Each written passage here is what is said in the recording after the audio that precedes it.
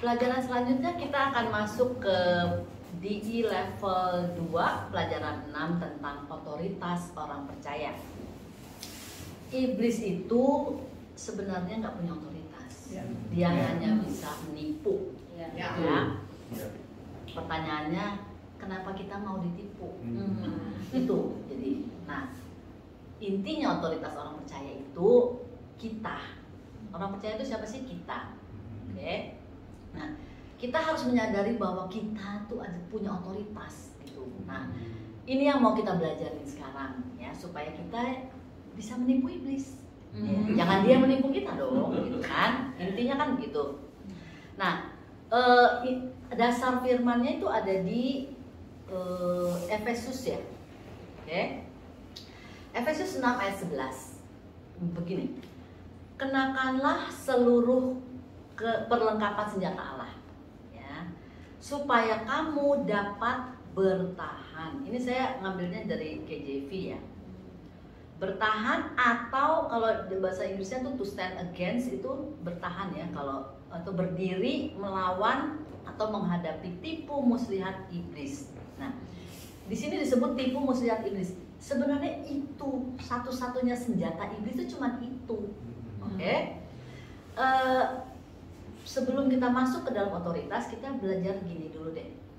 Jadi awal mulanya, Kejadian 1 ayat 26 sampai 28. Itu awal mula Allah memberi otoritas kepada umat manusia. Oke.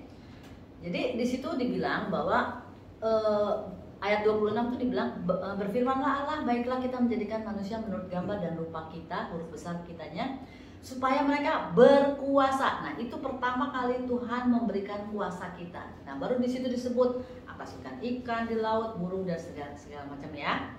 Oke, saya nggak perpanjang. Lalu di ayat 27 dibilang kan, maka Allah menciptakan manusia itu menurut gambarnya, menurut gambar Allah diciptakannya dia, laki-laki dan perempuan diciptakannya mereka. Jadi kita diciptakan menurut gambar dan rupa Allah. Nanti kita silakan lihat ke pasangan di rumah, di anak itu, kalau mau lihat Allah, lihatlah mereka. Oke. Lalu ayat 28, Allah memberkati mereka, lalu Allah berfirman kepada mereka, beranak cuculah dan bertambah banyak, penuhilah bumi dan taklukkanlah itu. Ya, ingat kata-katanya. Dibalik lagi, dia ulang lagi sama Tuhan, berkuasalah atas semuanya ini, ikan di laut, burung di udara dan segala binatang. Oke? Itu awal mulanya Allah memberikan kepada manusia. Manusia siapa? Adam dan Hawa. Tapi sebenarnya kepada semua manusia. Lalu ternyata di Kejadian 3 manusia jatuh dalam dosa. Waktu manusia jatuh dalam dosa, dia menyerahkan kuasa itu kepada iblis, dalam bentuk ular. Tapi kita lihat di 1 Yohanes 5 ayat 19. Ini untuk menopang ya yang tadi ya. 1 Yohanes 5 ayat 19 berkata begini, kita tahu bahwa kita berasal dari Allah, kita semuanya, dan seluruh dunia berada di bawah kuasa si jahat. Jelas bahwa dunia ini dikuasai oleh iblis. Kenapa? Karena Adam dan Hawa sudah memberikan kuasa yang mereka terima dari Allah, dia kasih kepada iblis. Jadi semua di bawah kuasa si iblis. Oke. Kita berasal dari Allah, ya. Jadi waktu kita lahir baru, maka kita menjadi ciptaan yang baru. Itu ada di 2 Korintus 5 ayat 17. Dikatakan begini, jadi siapa yang ada di dalam Kristus, ia adalah ciptaan yang baru. Yang lama sudah berlalu, yang sesungguhnya yang baru sudah datang. Itu kita. Waktu kita belum lahir baru, kita masuk di orang-orang berdosa. Oke? Waktu kita terima Yesus, kita lahir baru, maka kita menjadi ciptaan yang baru. 1 Korintus 6 ayat 17 bilang apa? Tetapi siapa yang mengikatkan dirinya pada Tuhan menjadi satu roh dengan Dia. Jadi waktu kita menjadi ciptaan baru, roh kita menjadi satu dengan Tuhan. Kita sudah belajar di level 1 yang tentang identitas Kristus, dan itu tentang roh, jiwa, dan tubuh. Kita sudah belajar ya, jadi kita semua tahu bahwa kita adalah ciptaan yang baru. Apanya?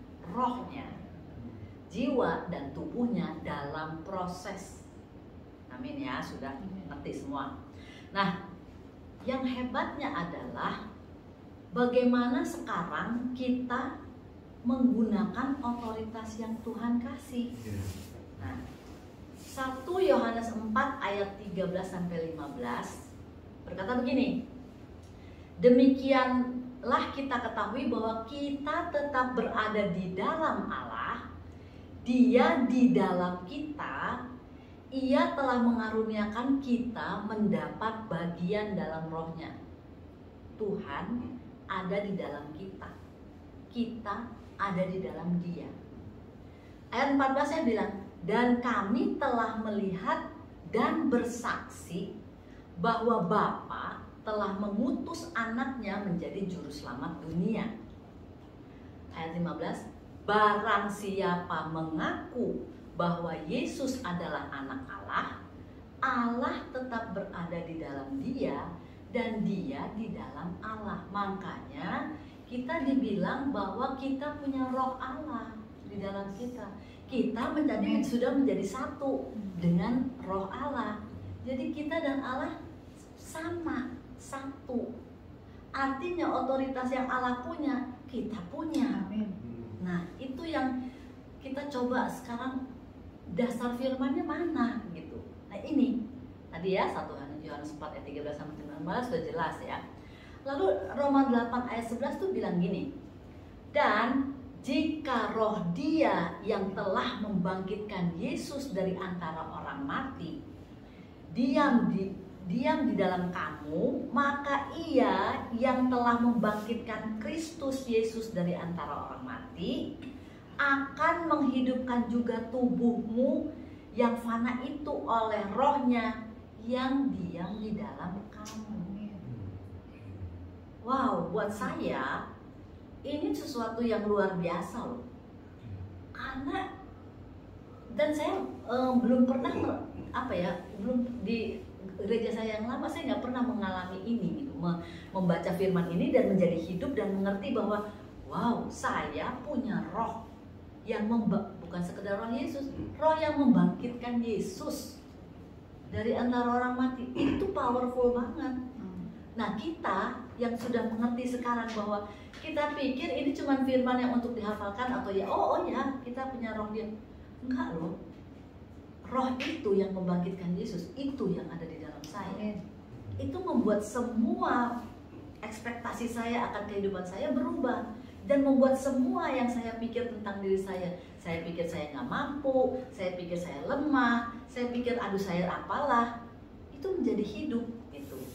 Nah, kita dan Allah di sini udah jelas banget dibilang kita dan Allah jadi satu. Oke. Setelah kita dan Allah jadi satu artinya apa? Kita memiliki identitas Dia. Kita memiliki otoritas Dia. Bicara tentang kuasa. Jadi tadi yang sudah Dia bilang di Kejadian 1 untuk kita, sekarang kita punya itu. Jadi Dia sudah merestorasi gitu ya, apa yang Adam sudah hancurkan, Dia restorasi lewat Yesus. Jadi waktu kita lahir baru, kita terima Yesus sebagai Tuhan dan Juru Selamat, roh kita berubah total. Roh kita menjadi baru. Roh kita menjadi termasuk roh Yesus, roh yang membangkitkan Yesus. Itu sih ya buat saya yang paling topnya tuh adalah wow, saya punya roh yang membangkitkan Yesus. Amin ya. Lalu kita memiliki apa lagi? Kita memiliki urapan Dia. Jadi kita nggak perlu lagi berdoa untuk minta Tuhan urapi aku, nggak perlu. Kita sudah memilikinya karena kita punya Roh Allah di dalam kita. Itu luar biasa. Nah, otoritas yang kita miliki itu tentang apa? Melingkupi apa aja sih? Semua aspek. Oke? Jangan takut, tidak ada yang ketinggalan. Kita punya otoritas atas apa? Sakit penyakit. Kita punya otoritas atas keuangan kalau kekurangan. Kita punya otoritas atas hubungan yang rusak, kita bisa benerin. Nggak usah takut. Oke? Saya punya kesaksian begini, terutama untuk sakit penyakit. Sorry, maaf. Jadi gini, saya sudah pernah menyaksikan ini dan sudah berkali-kali. Sebenarnya ini juga sekarang nih saya juga sedang melawan. Kenapa? Jadi kan saya sudah dikasih waktu lama banget ya. Kita udah dari kapan tuh? Tiba-tiba 1 minggu yang lalu, ya, saya mulai merasa kok badan nggak enak segala macamnya. Dan ini yang saya lakukan. Saya tahu persis otoritas saya atas diri saya. Oke? Saya tahu bahwa saya bukan orang yang bisa sakit. Kenapa? Saya nggak pernah mau bilang bahwa, oh, kamu sakit, lagi sakit flu ya? Enggak. Saya bilang enggak. Saya bilang bukan saya tidak mau mengakui, bukan. Saya bilang enggak. Saya sedang melawan sakit flu. Ada bedanya. Kenapa? Buat saya nggak mau tuduhan iblis itu berlaku atas saya. Karena saya tidak mau sepakat sama dia. Tapi saya mau sepakat bahwa tubuh saya sedang melawan penyakit itu. Kenapa? Karena saya punya otoritas. Saya selalu perkatakan kepada tubuh saya, kamu dengar, kamu adalah tubuh yang sehat. Kamu sudah diberkati. So, tidak ada satu penyakit di dalam tubuh saya. Saya sudah disembuhkan oleh bilur-bilur Yesus. Dan saya dan Yesus adalah satu. Sehingga 1 Yohanes 4 ayat 17 berlaku atas saya. 1 Yohanes 4 ayat 17 itu ngomong apa sih?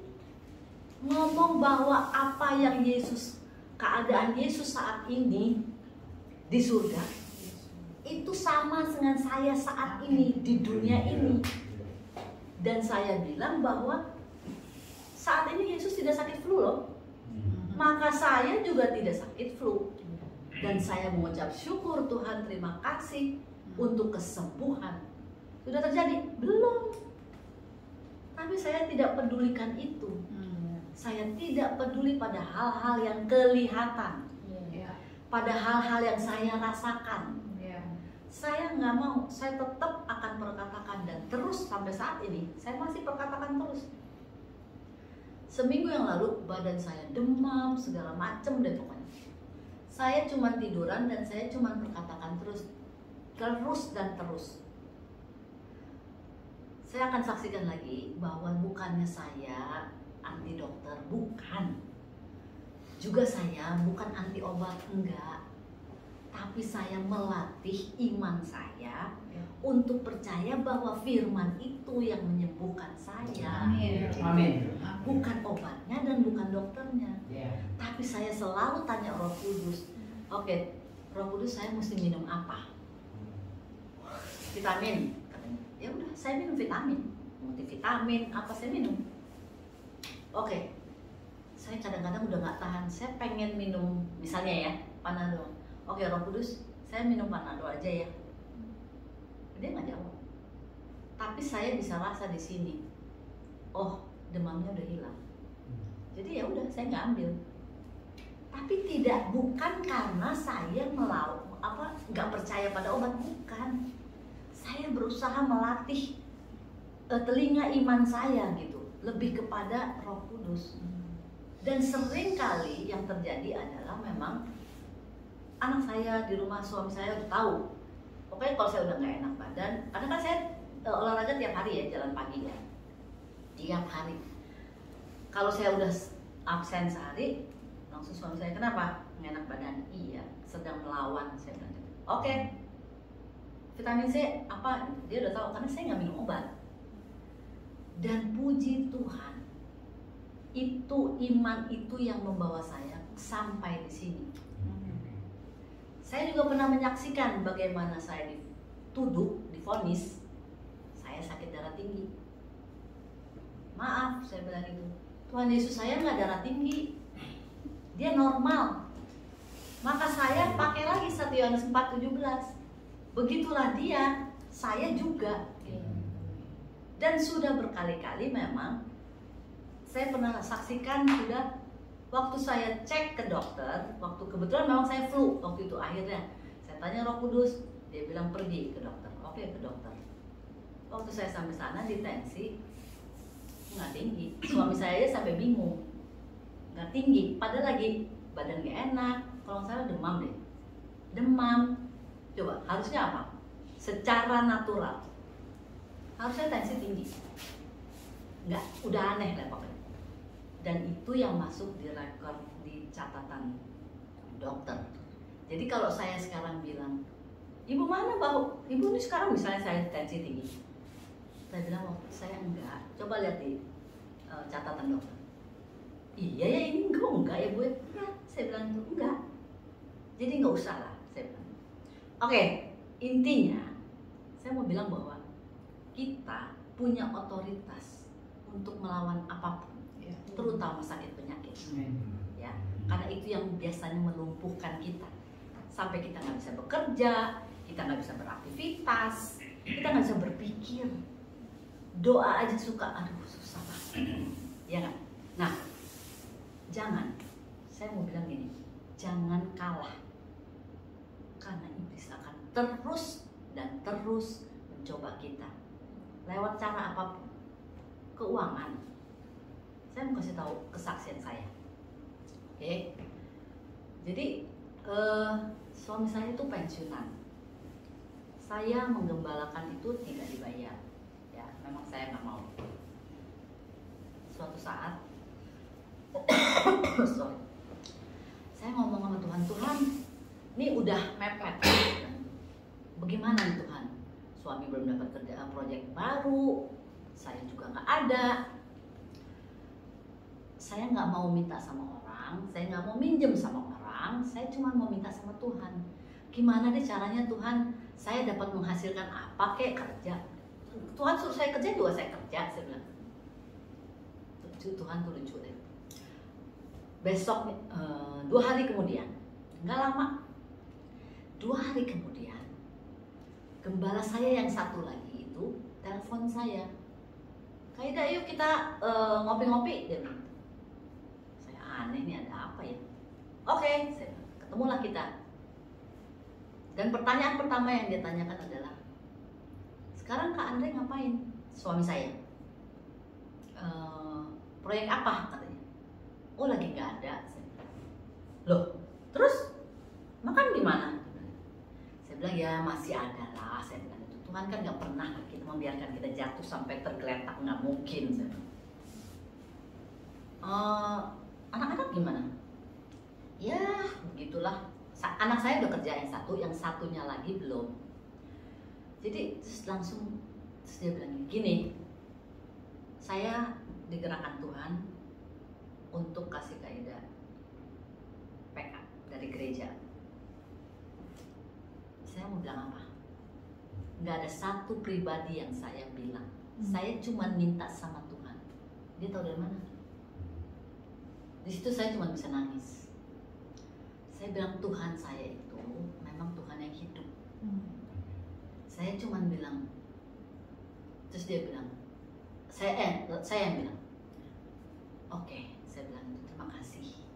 Saya terima ini untuk sementara ya, saya bilang, sampai kami bisa balik kembali. Gak usah dipikirin Kaida, tenang aja. Intinya, saya cuma bilang bahwa otoritas yang kita miliki itu kita kembalikan sama Dia. jangan pernah mengandalkan manusia. Kita hanya mengandalkan Tuhan. Kejadiannya juga bukan sampai situ aja. Tuhan itu sekarang di dalam kehidupan saya, modelnya tuh begini. Saya doa, dia jawab. Saya doa, dia jawab. Cepat sekali prosesnya. Saya nggak usah selalu ngomong soal uang, enggak. Anak saya yang kedua, laki-laki, bulan Mei itu kemarin tiba-tiba bilang bahwa dia tidak bisa menyelesaikan sekolahnya. Dia kuliah di UPH. Sebagai manusia dan orang tua, tinggal skripsi loh. Semua bilang UPH, oh uang papa habis. Jadi itu udah joke-nya udah biasa ya. Jadi waktu dia bilang dia tidak bisa menyelesaikan skripsinya, grace-nya Tuhan itu ada.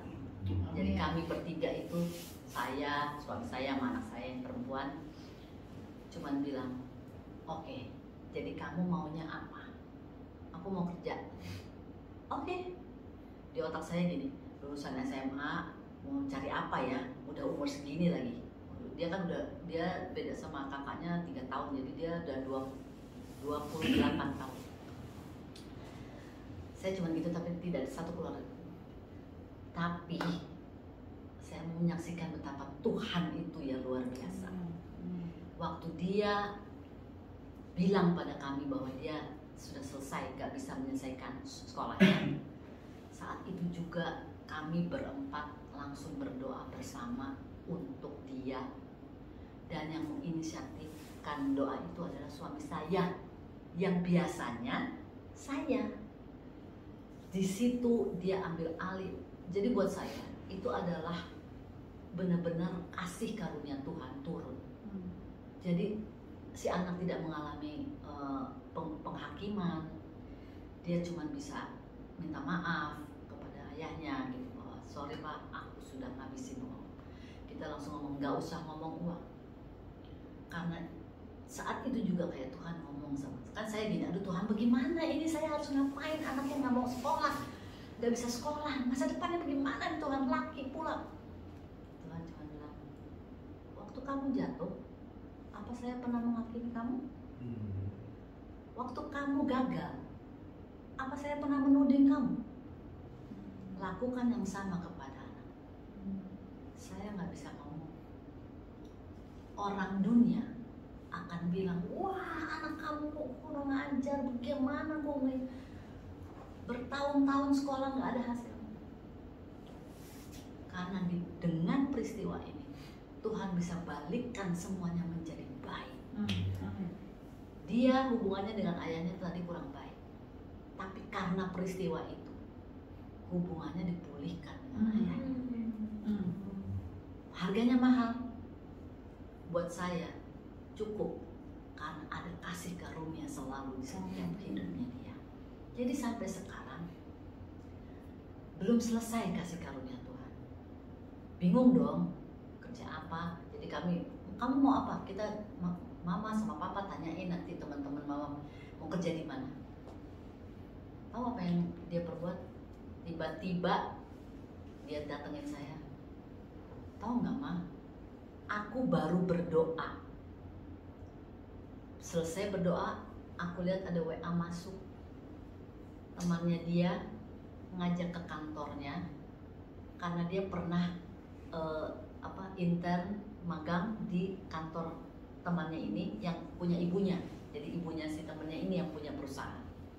Waktu itu punya perusahaan shipping joint venture sama Jepang. Rupanya sudah selesai. Jadi sekarang ada proyek baru lagi. Tiba-tiba dia habis doa minta kerjaan sama Tuhan, temannya ngajak dia kerja. Sekarang dia kerja di situ. Selesai dong. Saya cuma begini, jangan minta gaji. Saya bilang, kamu dihitung magang di situ aja sudah bersyukur. Saya bilang, karena kan nggak ada ijazah, nggak ada pengalaman kerja, udah nggak usah terlalu muluk-muluk, saya bilang gitu. Iya mah, udah dong. Baru 3 minggu dia doa lagi sama Tuhan. Tapi Tuhan, dia cerita ke saya nih ya.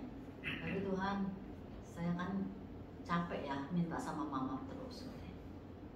Saya mau dong Tuhan dikasih apalah, transport lah apa.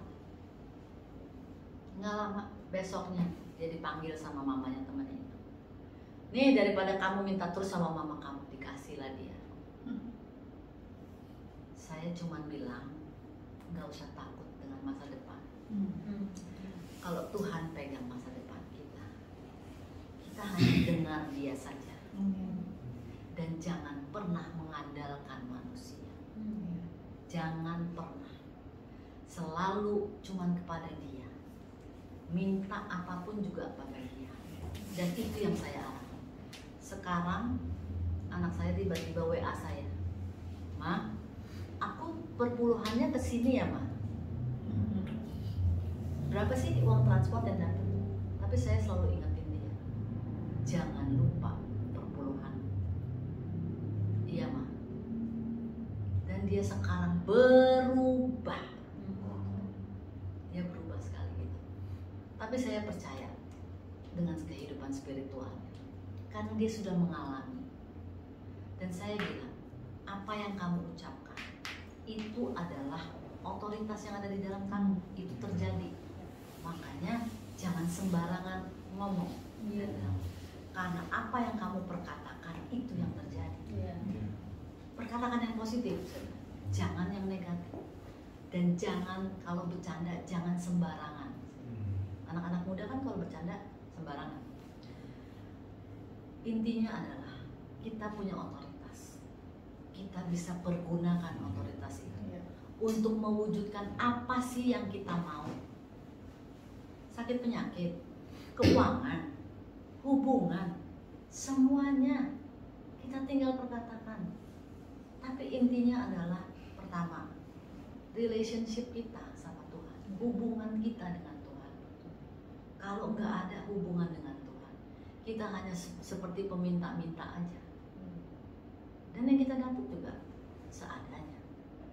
Karena Tuhan punya rencana yang jauh lebih besar yang bisa kita pikirin untuk kita, untuk masa depan kita. Jadi jangan takut akan apapun yang terjadi. Waktu kita tahu identitas kita, waktu kita tahu otoritas kita, pakai itu. Untuk apa? Untuk jadi berkat buat banyak orang, bukan buat kita makan sendiri. Tuhan Yesus memberkati. Kita akan berdoa. Terima kasih Tuhan untuk kebaikan-Mu pada malam hari ini. Kami mengucap syukur bahwa kami tahu otoritas kami Tuhan. Di dalam Engkau kami punya segala hal ya Tuhan, yang sudah Tuhan siapkan untuk kami. Bagian kami hanya percaya dan memperkatakannya. Kami tahu Tuhan, semua yang terbaik sudah Tuhan siapkan untuk kami. Terima kasih Bapa. Kami akan terus berjalan bersama dengan Engkau Roh Kudus. Dan kami akan terus percaya bahwa yang baik masih akan datang. The best is yet to come. Thank you Jesus. Terima kasih. Hanya di dalam nama Yesus kami sudah berdoa dan mengucap syukur. Amin.